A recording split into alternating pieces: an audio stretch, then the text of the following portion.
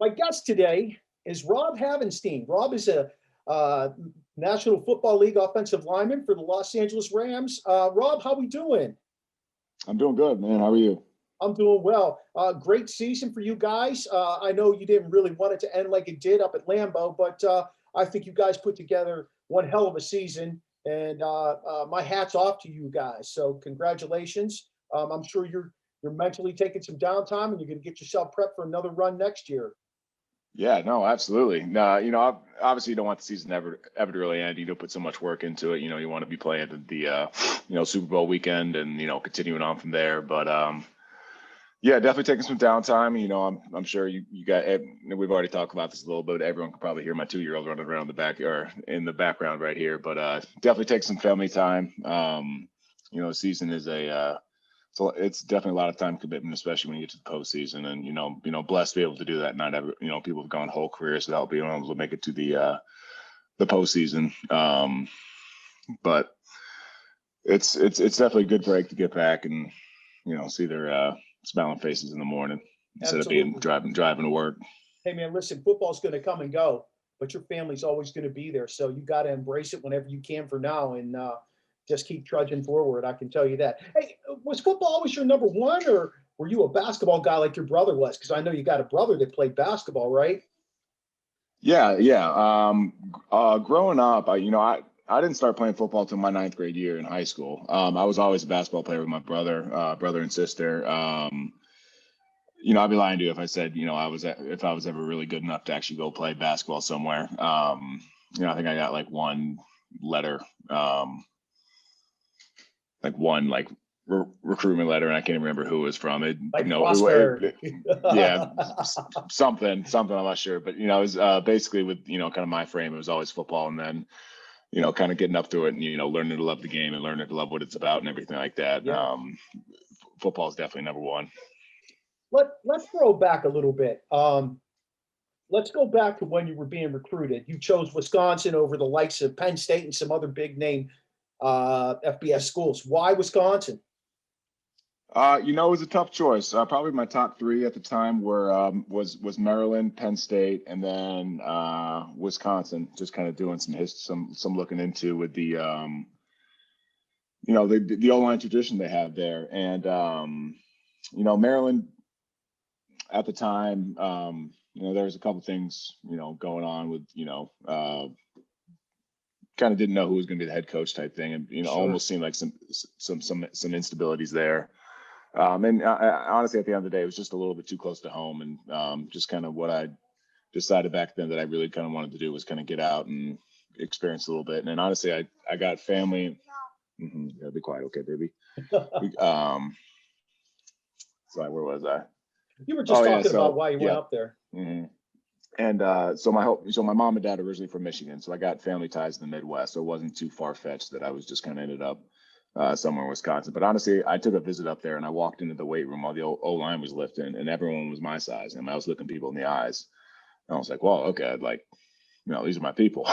Yeah, definitely. This is where I fit, and I saw a game and saw the city, and it's an isthmus. It's lakes on each side.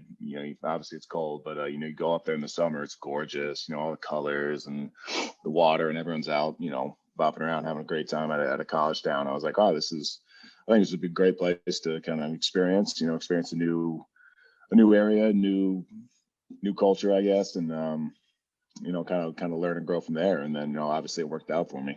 Do you still have a house up there, or do you live out on the West Coast predominantly? Yeah, no, actually, this ain't Woo! Southern California right now. We're up in Wisconsin right now. Not in Madison, a little bit outside of it, but yeah, we have the house out in California, and then this is where we, on a normal year, this is where we come back to in the off season and spend some time. It's kind of like a retreat getting back there, though, away from all the hustle and bustle of LA. Yeah, so every time I tell people that, they're like, wait, you're going to leave Southern California in January or February to go back to the Midwest where it's I think 13 out right now, and that's warm for today. And I was like, yeah, I guess we put it like that. But Yeah, no, it's definitely fun to go ahead and layer the kids up. My daughter Bria, our 2.5 year old, she loves getting out there and playing in the snow, and the dogs are happy. And it's just a great time. Get out, walk through the woods. You can't beat it. Well, you'd love to know that in your old hometown area where I currently am, it's Mm-hmm. about 50 degrees today, but they are Sound good. we're expecting some snow on Sunday, so it'll be kind of neat to Mm-hmm. have snow coming again. It's been an interesting year to say the least. For sure. We haven't had this much in a while. So, what'd you study at Wisconsin? If you didn't make it to the pros, if you didn't get that shot, if something happened along the way, because that we all know that happens. What'd you study? Mm-hmm. So I studied life science communications, which it's Wisconsin's fancy way of saying it's a communications degree. So I did a lot of work in, I guess, social media marketing. No minor or anything like that, but it was just kind of that's kind of what the general degree was about, I guess. But funny you asked that, because it's like, all right out of college, it's you're young, you're kind of pointed, and I got this question a lot at the combine where it's, guys are coming up to me. It's like, hey, say this whole thing doesn't work out and you're not going to play football for, you're not good enough. It's not going to happen. And I mean, you got that question a lot. And, I was prepared for that question, and, really thinking about it, I just came down to it. It was like, well, right out of college, I knew it was going to work. Because I was going to make it happen. I was going to make it work, kind of no matter, yeah. I mean, I was going to be around it for a couple of years. Maybe I was, practice. If I really wasn't good enough, I'd get on through a practice squad or whatever it was. But yeah, there didn't need to be a plan B right away, because I knew I was going to make it happen.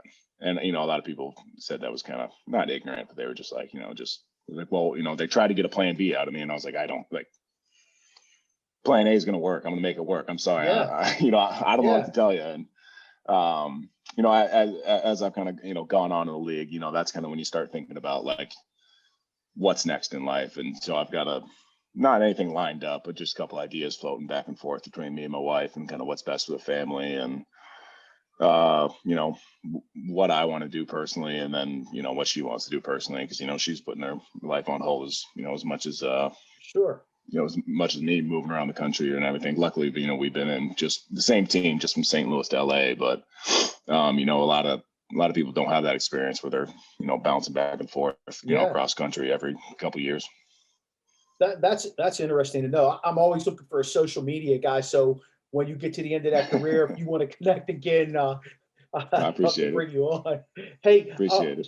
So when you got to Wisconsin, I know you just told me that everybody was eye to eye with you. I know you're a big dude, 6'8", Yep.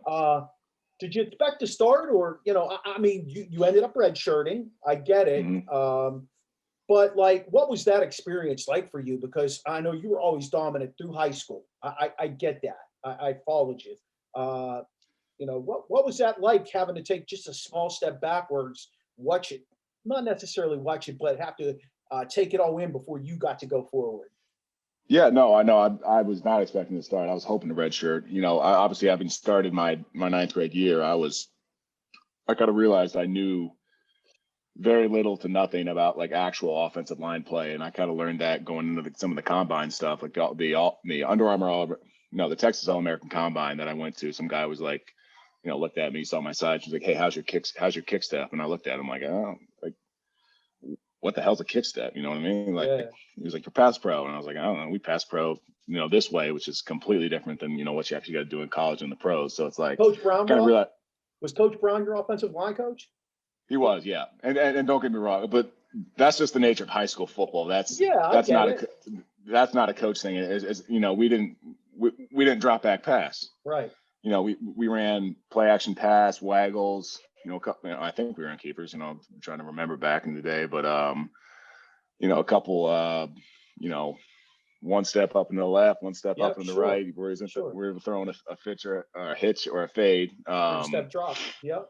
Yeah, exactly. And most of the time it was like that. So I never really had to do it. I mean, I kind of didn't know what it was. So I know, but going back to your question, I knew 100% I was going to be redshirted, and I was happy as heck for it. I mean, the line I walked into was Gabe Creamer was their left tackle. He won the Outland Trophy that year.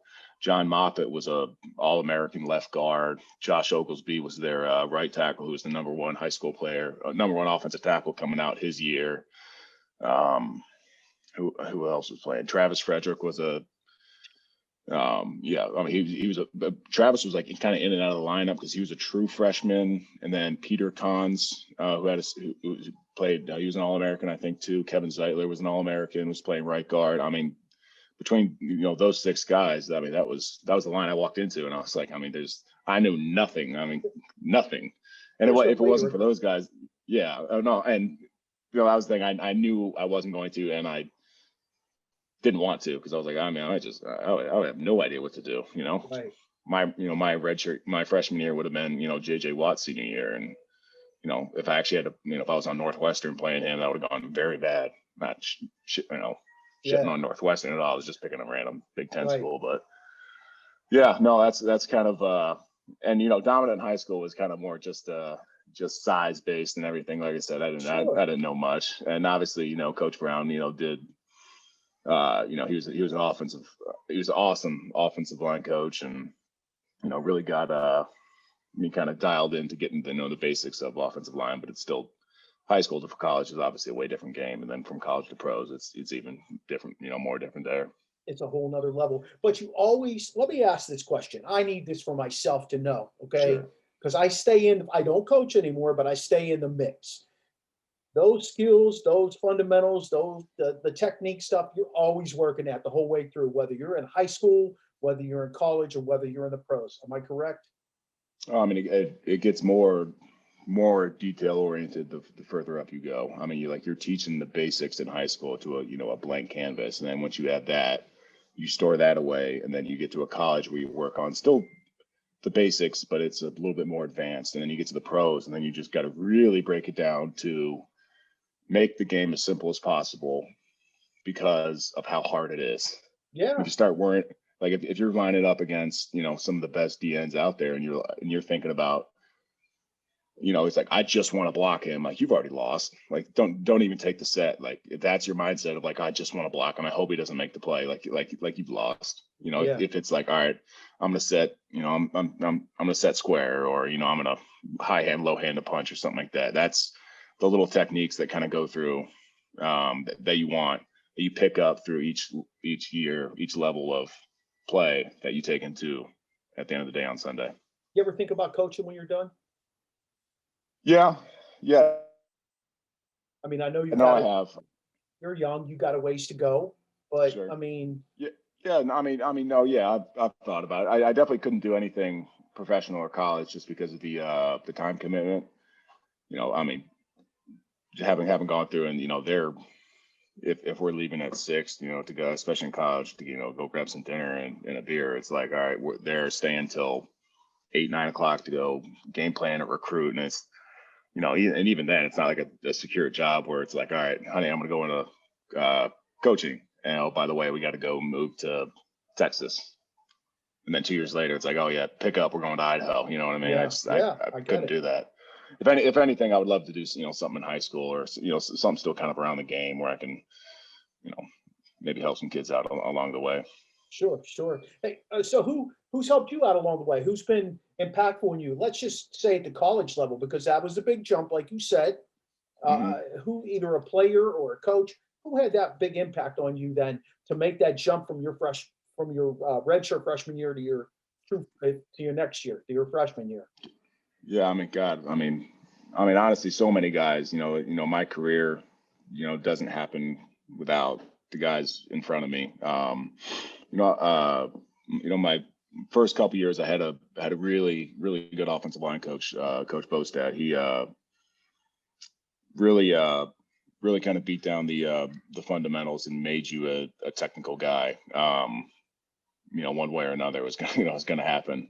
But I've had a lot of great coaches, coming through. Obviously, I had a coaching change in college, but just kind of sticking more to the player side. When I first got there, I mentioned a guy by the name of Josh Oglesby, and he was really, really helpful to me. Being that he was the starting right tackle, I ended up winning out the backup job my second year, I guess technically my redshirt freshman year, Yeah. or not my freshman year, my redshirt freshman year. So my Yeah. second year, basically, Yeah. I ended up running out the backup job, and he had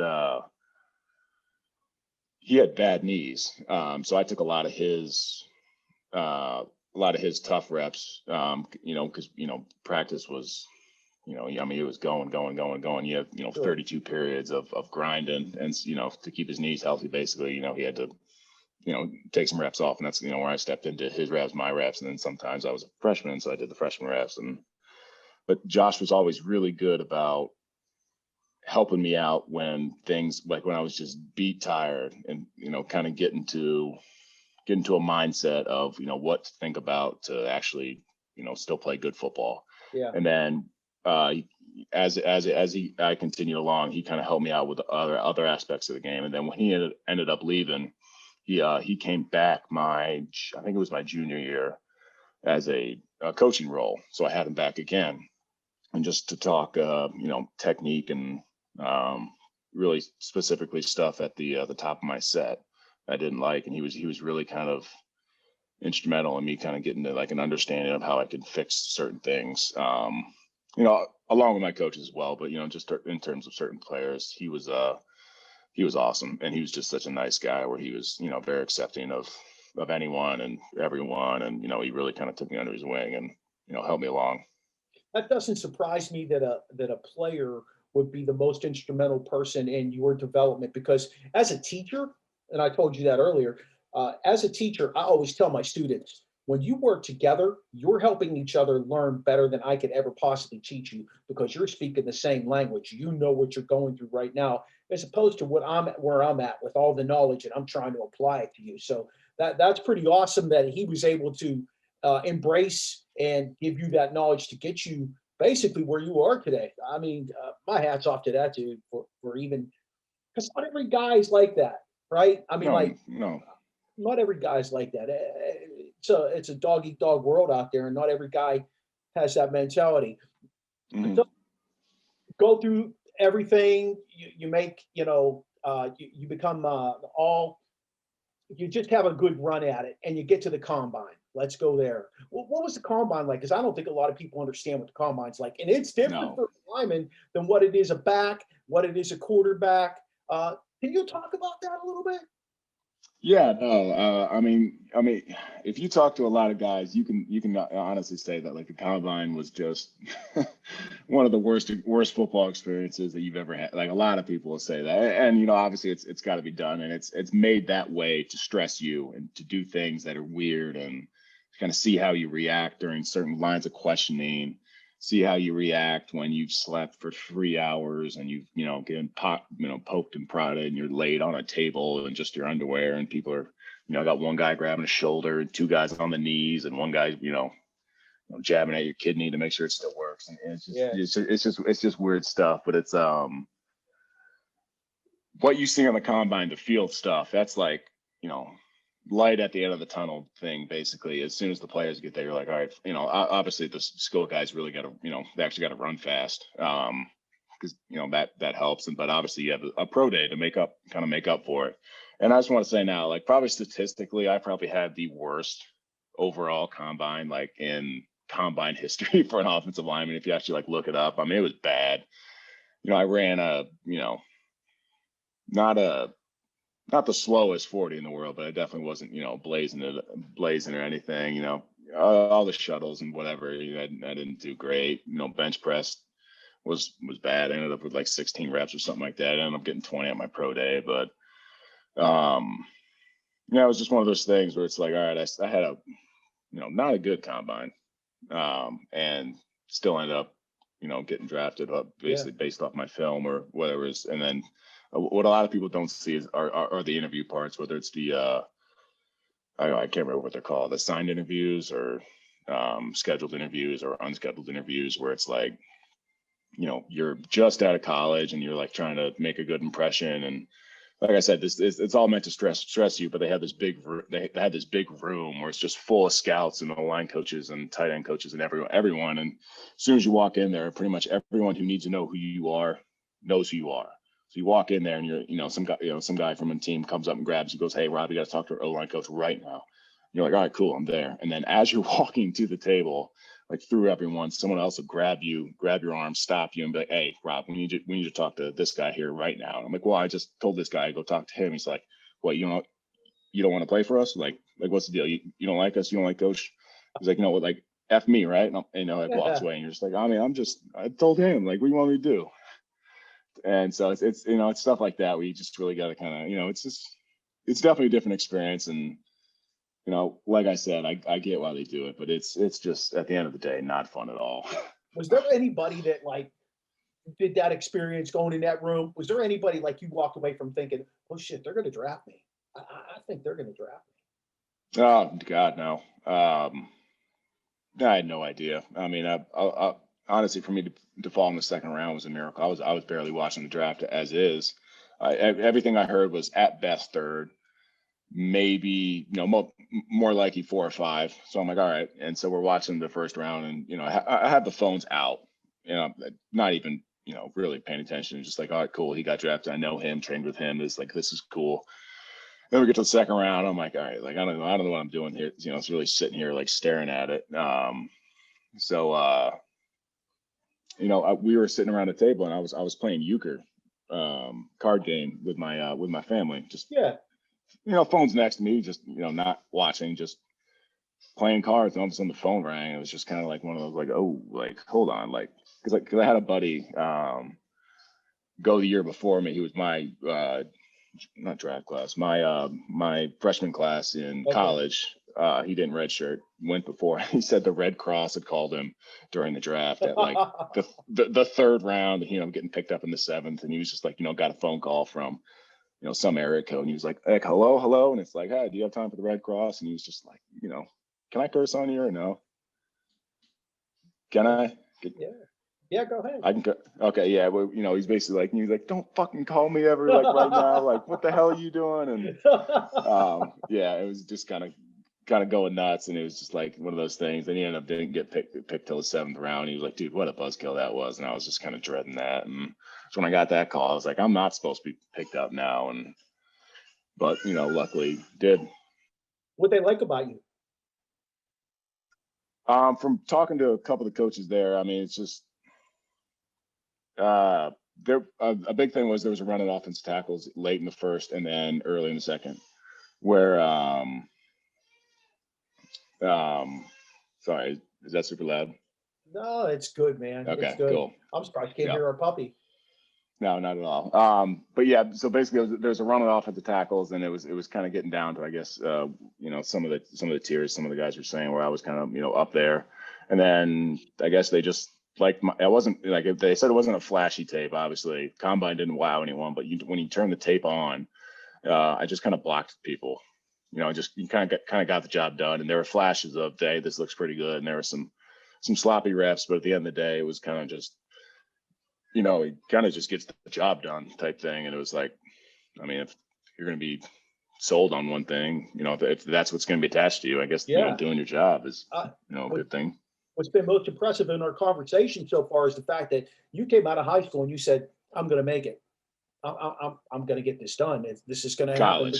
Okay, college. Came out of college, yeah. Okay. High school, I was like, I don't even know what the hell I'm doing. If you and I would have talked when you were in high school, I would have thought the same thing of you, because your level of dominance at that level, knowing and watching you play, dictated that. You just don't see that all the time. And I know, like I said, we had a little conversation earlier, but I saw something. I've seen a lot of kids play, and I've coached a lot of kids, but you demonstrated something that was different. Okay. You can see when a kid's different coming out of high school, and Sure. And your work ethic is what made you go from where you were to where you are, so kudos to you for that as well. Yeah, thank you. Yeah. Walk in the Rams locker room, your second round draft pick. Tell me about it. Yeah, no, I mean, there was some older guys on the team that were, Chris Long had been there for a long time. Robert Quinn had been there. The defense kind of ran the show.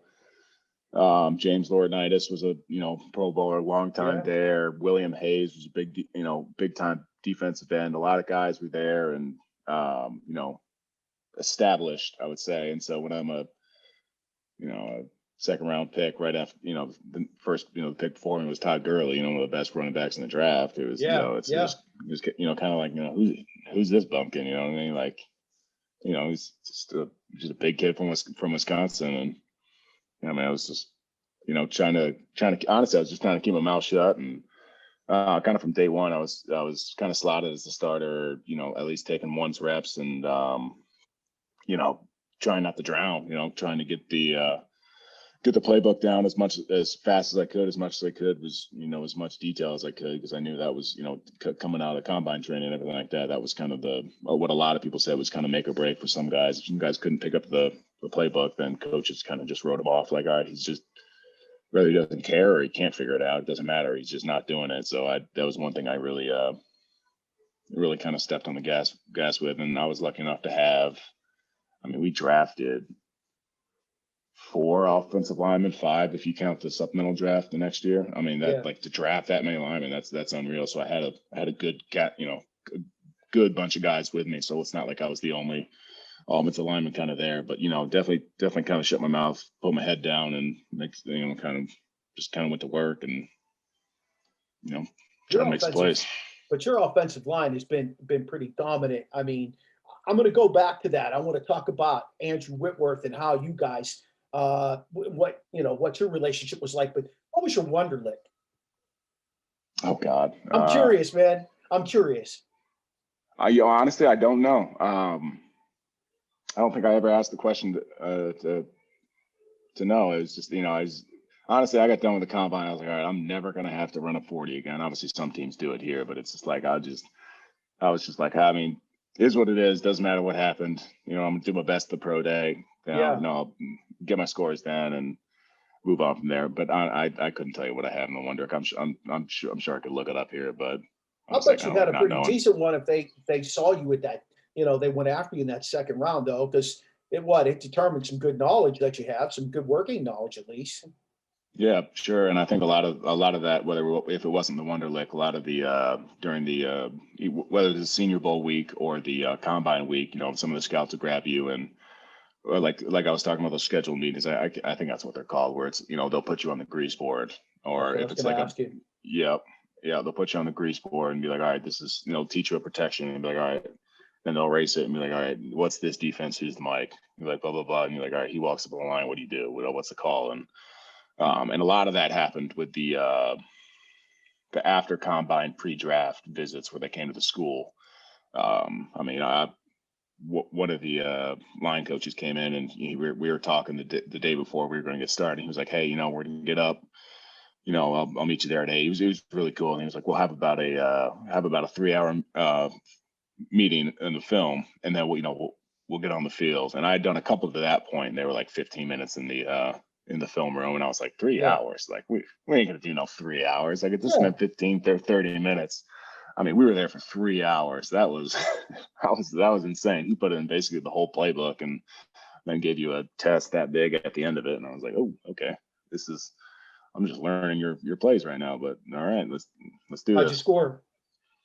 Actually, I was the first guy to not miss a question. So that's outstanding. So, and there you go. That goes back to my question about asking about the Wonderlic. Since you think you didn't do so well in that combine, you probably scored well there. That would lead them to that right there. So, honestly, I think it just kind of goes to show for offensive line, like you said, some of it's different for the positions, but like some of the on the field skill work that we do, it's like half the O-line coaches that you talk to are like, yeah, I can't even watch it. It's like there's no way that translates to playing offensive line for football. Maybe it can tell someone's got extremely stiff hips or can't turn left or something like that. But in terms of like actually playing offensive line, it's like a lot of those drills don't show you much, but it's just so hyped on the TV and everything like that, where it's like it's oh, this guy looks better than that, and his lateral shuffle is a little bit better. It's like, all right, you ever get into that position in the football field, someone's going to put their hands right through you and you're going down. Absolutely. Absolutely. So, being a football guy and being around it all my life, I actually watch it different than my family doesn't. it doesn't happen in this house. They will not sit down and watch football with me because I stop Sure. it, rewind, and I look, dissect, which is probably how you watch football when you actually sit down and watch it. So let me go back to the Whitworth thing. What was your relationship with him? They brought him in to play tackle, right? Bumped you down to guard. How'd that work out? Like, you ended up going back to that tackle. How was that? Because he was what, all pro, right? Am I right? Oh, he's been all pro, all everything, Pro Bowl for however many countless years. I mean, he's 52 now. I'm obviously Justin. He's like 39, which is still unbelievable. Hey, But be yeah, careful. no, oh, my bad. But Witt is, Witt is just, I mean, he's one of the all-time greats, and he's an even better guy, which is hard because he's going to be a Hall of Fame tackle, hands down, easy. First ballot, 100%, I would say so. I mean, the guy's just been, you actually go back and look at, like, I guess, pass protection statistics, if you want to kind of get into that, if you're into that. I mean, he's just one of the best year in and year out. He's been doing it for, 14 years, going on 15, which is unbelievable. And he's even better, people. I mean, he's awesome. He's a great dude. He's one of those guys that's kind of built like, well, I guess he's going to answer every question you have. He might just, throw out everything there, but he's going to answer every question honestly and try to help you out to be a good player. Because, he's kind of the same way I was coming out of the combine. Like, I was going to make it work. He's like, I know I'm good. I know I've worked hard enough. I know what I am. And he knows he's super, super good. He's going to be a Hall of Famer one day, which is an awesome thing. His confidence is definitely key. But yeah, so Whitworth came into play left tackle. I was playing right tackle at the time before McVay got in there. And so Greg Robinson, who was the second overall pick, I think before me in 14, was playing left tackle. They wanted to try him out at tackle, but didn't want to obviously make, the future Hall of Famer switch, because that would not be, I mean, I don't even know if he'd do it. Anyways, that's not even the question. He's going to left tackle. Somebody else has got to play right. So they bumped Greg over and then kicked me down inside and kind of experimented for that for a while. And then I ended up winning back the right tackle spot. I can't imagine a dude. But yeah, I mean, Whitworth is. Go ahead. I'm sorry. I can't imagine a dude 6'8". No, go ahead. Playing offensive guard. I mean, that's insane to see you coming down inside like that. But you're seeing more of a 4-3 than you are anything in the NFL today. I mean, it's a rarity when you see that three front. Am I correct?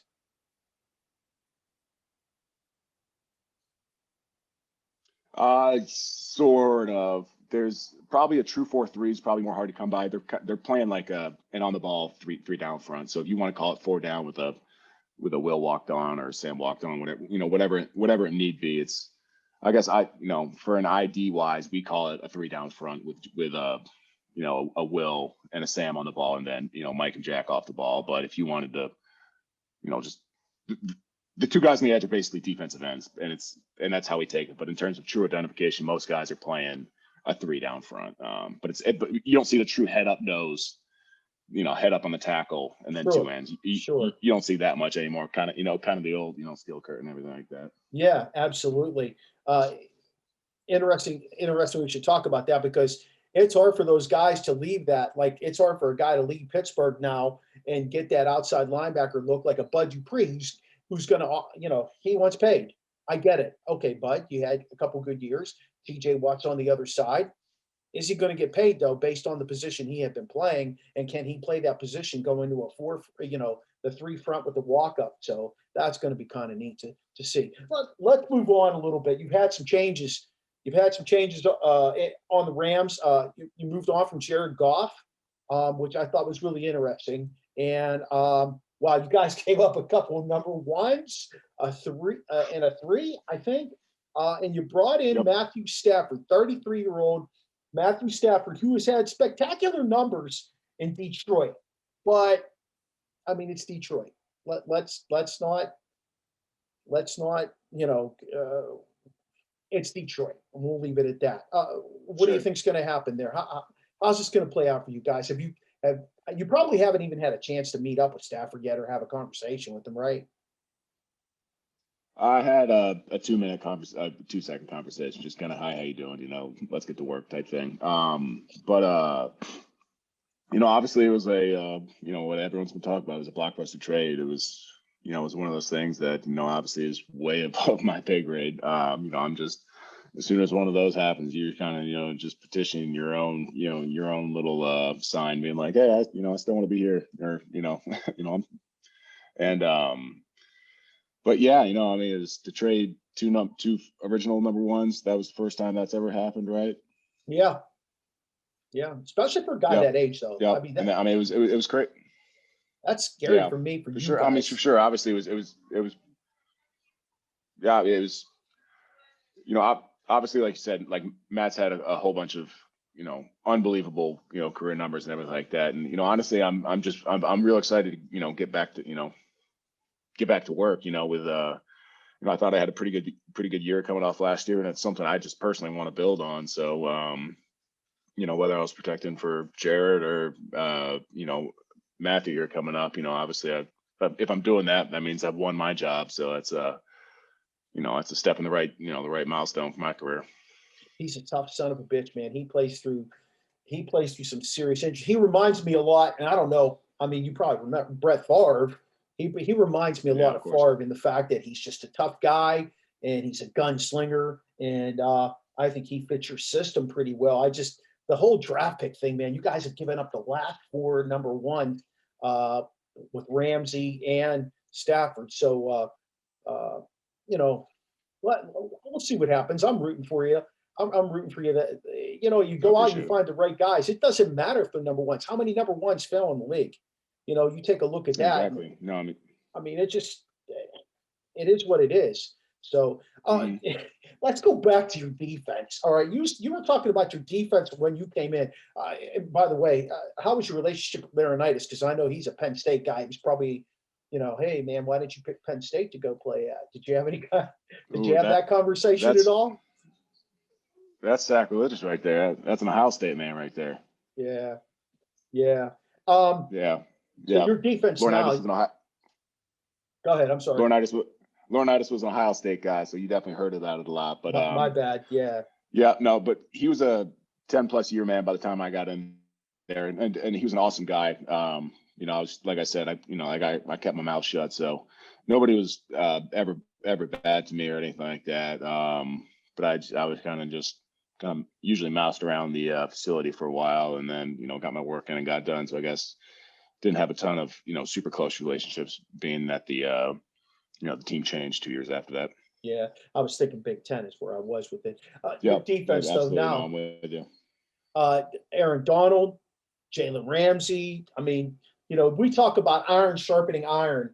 Your offense, what's it like to go against those guys when you're out there and you're firing? And I mean, how's that impact your growth as a team?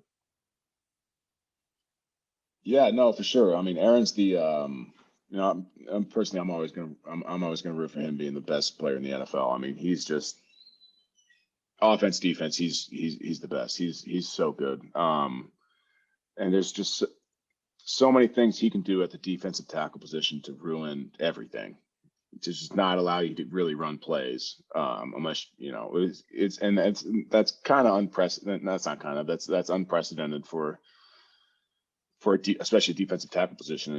He's got the mobility to go anywhere. He can play three shade if you need to. I've seen him out at end, beating tackles around the edge, powered, and he's an absolute anomaly. He's a freak. And playing against him in practice, especially in training camp, is really good, but it can be bad at times because you almost have to take blocking him with a grain of salt, because he can take your, like say I was in there playing guard this year, and you're going against him. I mean, you're getting beat consistently almost every play, and you almost got to take it, be like, okay, that's Aaron.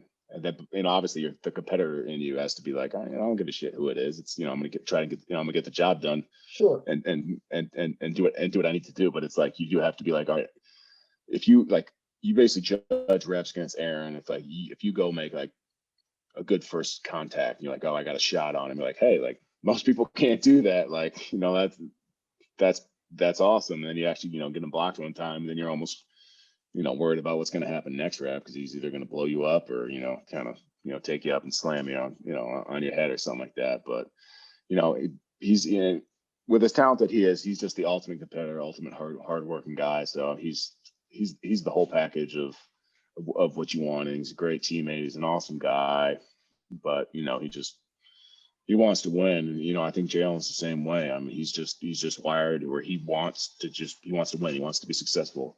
And, seeing some of the looks and what he can do athletically on practice, he's kind of one of those ones where you're sitting there watching, and you're just kind of, you kind of realize your mouth is hanging open. And you're like, oh, wow, that was an incredible feat of athleticism. And if I ever tried to do that, I'd tear both hamstrings and, both my knees would blow out. But, that's awesome to be able to watch someone actually able to do that. You get to pick Aaron's brain about, okay, so this is the move you used on me. How do I defend?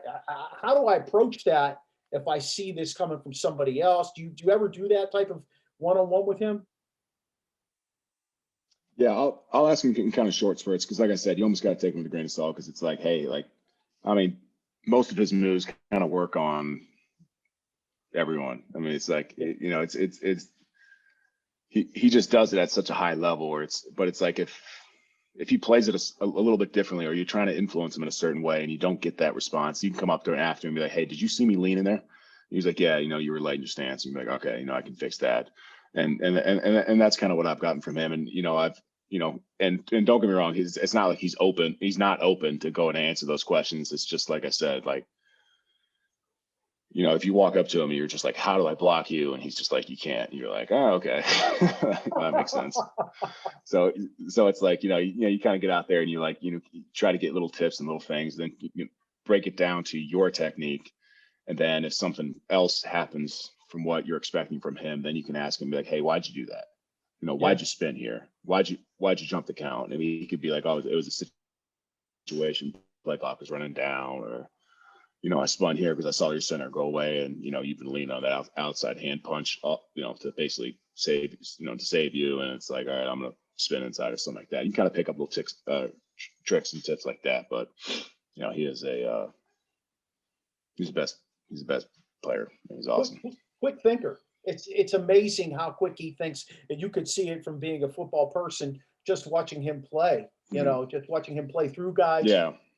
There's nothing more spectacular than watching him take on three guys at one time and winning that battle. I mean, and I can't tell him. As a defensive tackle, come on, that doesn't happen. Right. I've heard of teams putting in calls where the running back will go help a three tech.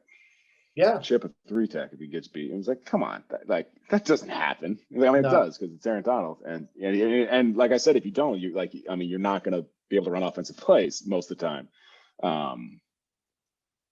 And it's such a thing where it's like, all right, where the slide's going to 99. And halfway in training camp, we stopped even making calls to linebackers. We just like, all right, we're to slide to 99. Yeah, and he was just sense. He's kind of laughing about it. We're like, dude, we have to, sorry, refresh my memory. Honestly, the linebacker could blitz, and we could just be like, Yeah, I'll just worry about getting 99. That'll be a little easier to take. Hey, refresh my memory. Did you play with TJ Watt at Wisconsin? Yes. TJ was. What did he come in as? Because he wasn't a defensive end, right? He was a tight end when he played with you guys at Wisconsin, and then he flipped over to defensive to a linebacker spot. Mm-hmm. So it's going to be interesting to see who gets the defensive player of the year out of Aaron Donald. Yeah, he was a tight end for a long time. It's going to be a tough a tough match. I think both guys had incredible 100% bias. having seen this every day, the level. Obviously, I have a huge level of respect for what TJ but it's just Aaron's awesome. Let's talk about your Super Bowl. What was it like getting to the Super Bowl? How was that experience for you? It's so hard to get there, man. Other than Tom Brady, who's on his 10th trip there. What's that like? And this year it's so different. So can you speak to that a little bit? Yeah, no, yeah, getting the Super Bowl was obviously super special. It's obviously something, when you get there, you want to, finish the job. We weren't able to do that, but that's kind of beside the point. But the whole experience, I think, was just kind of an unbelievable run because of kind of the season and the games we played, and was, Sean coming in and everything we were doing, and we were, doing real well on offense. And we had a bunch of, honestly, a bunch of older guys on especially on the line, Whitworth being one of them, our center, John Sullivan, super awesome guy, really helped me out personally. But, guys that kind of just almost corral you in moments like this and just be like, all right, it's a game, type thing. And you say that a lot, but it's like, oh, it's the Super Bowl or it's the NFC Championship. And it's like, okay, but you still got to go out and play the same game that you've been playing for the last 17, 18 weeks. Yeah. But yeah, the whole Super Bowl was crazy. I mean, it was obviously COVID, doing Zoom meetings and stuff like that. It's going to be a little bit easier, I think. But the whole, I'm not sure what they call it, when you bring in all the media and everyone's asking super weird questions and people are dressed up like bananas, and you're like, what? I mean, this is literally a circus. Like, what is going on here? And, all the everything you got to do, you're obligated to do, and everything like that. But it was a lot of fun. It was a lot of fun. I wouldn't trade that experience for anything. I mean, that team was just a special group of guys, and there's a lot of guys that I'm going to stay tight with for forever. I mean, a lot of great dudes on that team. Like I said, that was just it was an incredible experience. I'm sure 18-year-old Rob Havenstein had no clue he would make it to the Super Bowl someday. Absolutely not. Hey, what's it like playing? What's it like playing for McVay? He's a young dude, what, 35, 36 years old, something like that. I mean, there's guys on your team that are probably older than him. Is Whitworth older than him now? Yeah, I think Yeah, I think Whit's older than him. Yeah, so I mean, yeah, no, there must be a special connection, though. I could see that easily happening with you guys. Yeah, no, Sean's an awesome guy, and he's just such a real genius at the X's and O's of everything. Like, you almost think he was like, usually guys like that don't have a personality, or you can't talk to them, or it's like it's almost cringy every time you like have a one-on-one situation. But it's the exact opposite with Sean. Like, Sean is just such an awesome guy, and at the end of the day, he knows way more about football than you're ever going to know, and just the intricacies of offensive football, or especially what he knows about defensive football. It'd be like, all right, if they're playing X amount of coverage, the ball should go here to here to here, to basically on the the width of safety or something like that. And it's like you can see him running through plays, or how he thinks plays should go before in his head. And it's like, that's just an incredible talent. And then you do that with a guy of his drive, his work ethic. I mean, he already is. And I mean, you look at however many coaches under him have already gotten head coaching jobs or OC jobs, anything like that. I mean, it's I don't know if it's been unprecedented, but it's one of the crazier things that I've seen in a long time. And he's just, like I said, just an awesome guy. You love talking to him. He's a real guy. He's a football guy, but at the end of the day, you can have a conversation with him, and it's awesome. It's an awesome place to work, and it's Friday at 6:00. Is he at happy hour, or is he watching football film? Oh God. You know what? I am not even going to speak on that. I have no idea what he's doing. Well, I tell you what, I admire. He's probably doing a little bit of both. I admire the fact that he has put himself in that position at 35 years old. There's a lot of people who work really hard and try to become football smart, and they just don't get there. COVID impacted your season, your normal routine. How much did that change for you?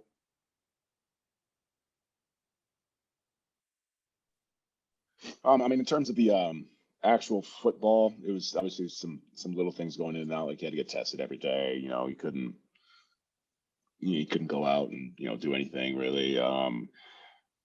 The empty stadiums was weird to start. We first played the Cowboys. It felt like a scrimmage that we had a couple of days ago, not because of the Cowboys, but it was just you're in this multi-billion-dollar stadium and no one's there. And the time, and as soon as you're in a timeout, it's just like you hear the wind kind of whistling through, and you're like, "Are we playing a game right now? Like, what is happening?" I have no idea what's like. This is the weirdest thing I've ever been. And then you play an away game, and you're in Philly, and I was excited to play at the link and have just a bunch of people just screaming at you. It's always great when you can take the bus in, and you've got like a 12-year-old give you the double birds. You're sitting there, and you're like, "All right, this is." Yeah, that's Philly. You've seen it in a couple other places in the Big Ten, and you're just like, this is this football, kind of getting ready for the game. You're just driving in, and then you get to the stadium, and it's nothing. There's cardboard cutouts, and then you can hear everything, and you're just like, this is strange. But once that kind of got the norm, you're just like, all right, we're just going out there to play football. It is what it is. You really got to bring your own juice, especially on the sideline, and kind of be a bunch of hype men a little bit, but yeah, COVID was something we all had to deal with. So anyone who really took a hard stance, but this is unfair. It's, everyone was kind of doing the same thing. So you had to do what you had to do in order to play. We were lucky enough to even still have jobs. A lot of people, a lot of people were out of work for a long time, still out of work. And so, and I mean, shoot, I can't complain about that. I play a game for a living. And I was able to play. I was able to still work, make money, put food on my table for my family. If I could take a test every day, or wear a mask during some stuff, I still might complain a little bit, but still at the end of the day, it's like it's you're fortunate enough to still be playing, still have a job, still be able to make money. Yeah, your mentality there again just shows that you really appreciate what you're doing. I talk about that all the time. I talk about that with the kids that I teach. You better appreciate what you got going on here right now, because you may not have that as you continue to grow older and stuff like that. So I'm going to skip over this question because I know what your objective is for 2021. You want to reach the Super Bowl. That's why you brought Matt Stafford in. That's why you changed things up just a little bit. But knowing your contract is going to run out in 2022, you coming back with the Rams, or, and I know that's down the road. I get it, Rob. I get it. Could you ever see yourself playing with the Washington football team or going down the road down to Baltimore? I mean, that's just a short drive for your folks. Yeah, no, absolutely. Obviously the future is, future is an absolute mystery. Shoot, even next year, you never really know what's going to happen. But whether their contract's up or not, clearly crazier things have happened. Vis-a-vis the new trade that just happened. But it's I mean, you kind of hit it right in the head. I mean, 2022, at the end of 2022, my contract runs out. I mean, that is in football years, especially being that I'm going into my 7th year. That's 12 years down the road. Who absolutely knows what's going to happen there? So. But I love playing for the Rams. Don't get me wrong. I absolutely love it, but it's, my services are not cutting it or anything like that, or I'm not good enough, and, I got to continue my career somewhere else, at the end of the day, everyone's got to do what you got to do to, like I said, feed your family. And, right now mine's running around with a stuffed animal in her walker. So she sounds like she's having fun, man. That's all I care about, man. That's all I care about. My kids will be doing the same thing. Hey, my last question to you, I do this little piece at the end. It's called a decade definer. And I always ask people some sort of question that relates particularly to their career or how things have transposed for them. For you, the top 4 or 5 defensive, let's just say, linemen you faced in your career at any level, not just at the professional level, but maybe you faced somebody who was spectacular at Wisconsin or, whatever. Who have you seen that's been just that thorn in your side, the top 4 or 5 guys? Well, that's tough. Okay. Top 4 or 5 guys. Having not played Aaron in the game, I'm not going to put him on the list. I'm sure if I have, he'd be number 1. But definitely either number 1 or super high up there, Khalil Mack. I mean, the guy's just really a nightmare to kind of prepare for. He knows it, and everyone knows it, and it's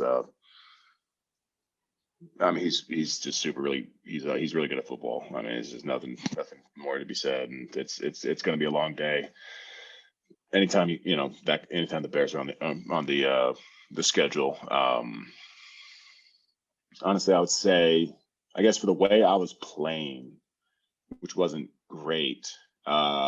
When Vic Beasley had his kind of blow up season or breakout season, he was tearing it up, and it was just one of those things where it was like, oh God, like I can't. He was really tough to block when he was when he was breaking it out, and maybe I was playing bad. No, definitely I wasn't playing very good, but that was just a long day. 4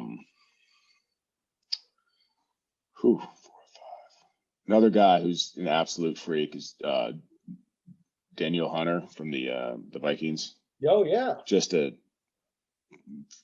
physical specimen of a man. I mean, he's got length, strength, height, football IQ, the absolute speed. I mean, I always go back to one play when we were playing Minnesota on a Thursday night game 2 years ago during the Super Bowl run.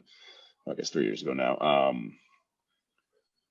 We threw a little screen. He was on my side. We threw a little screen pass to Todd out to the left, and he was on my side. And from the backside, he chased TG down from I think 40 to 50 yards, and you see it on film. And I mean, Todd, that was back when Todd was killing it. He was just, Todd gets faster as the yards go along, and you just see this dude just eating up yards, and you're just looking at this, just amazed. You're like, there's no chance that this guy who looks like that can run as fast as him. And it was just like, I mean, it's just, I'll forever remember the play. He goes unsung, by the way. He's not even a name that you hear drop that often. I know, he really does. Yeah, but he's just physically, I mean, he's just a hard guy to prepare for, because it's one of those guys where if he gets his arm on me, I'm going to be like one of them little kids playing with their dad. You're just kind of swinging, trying to hit something, and he's that long, and it's tough. Obviously, I haven't played with him, played against him a ton, but still, just a couple times it was it's defining. I would say, between him, Khalil, Vic, Cam Jordan's another guy. Cam's just a long day. Just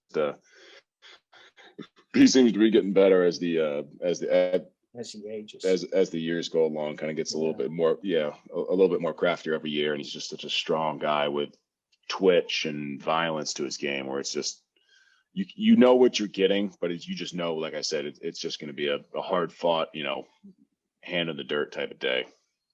Yeah, that's some. I'd probably say. That's some stellar guys you name. Then you throw your guy in there, Aaron Donald, because he's going to be the guy that everybody has to account for. That's a great group of guys. Hey, thanks for your time. I appreciate it. It was a lot of fun talking to you. I wish you success going forward, 2021. Enjoy your family while you got this downtime. Get yourself healthy, and take care of yourself. And I hope to catch up with you again someday soon. Absolutely. Thanks, Mark. I appreciate it, man. It was